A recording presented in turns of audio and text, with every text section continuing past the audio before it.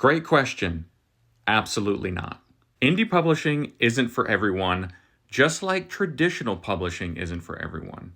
As a writer, you have to decide what you want out of your writing journey. As I mentioned before, I spent 10 years in the query trenches because I didn't have the bandwidth to indie publish or to self-publish. I couldn't wrap my head around it. The amount of stuff that I would have needed to do I just wouldn't have been able to do that. It would have been way too much for me.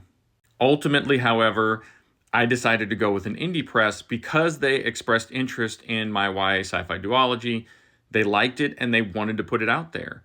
So they believed in me and I decided to believe in them. After working with them, however, I can see myself deciding to self-publish in the future because when you work with the press, regardless of how small they are, even if they're indie, you do lose an element of control, which can be very frustrating. On the other hand, I can see myself traditionally publishing in the future as well.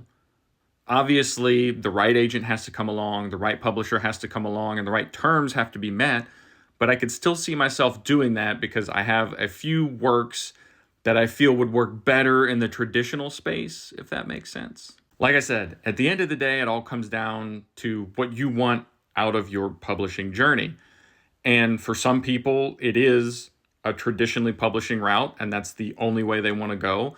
For others, it's purely self-publishing because of all of the control they have. And for others, they want both because they want to take advantage of everything that is available within the publishing space. So yeah, hopefully that was helpful and not too much of an on the fence type thing.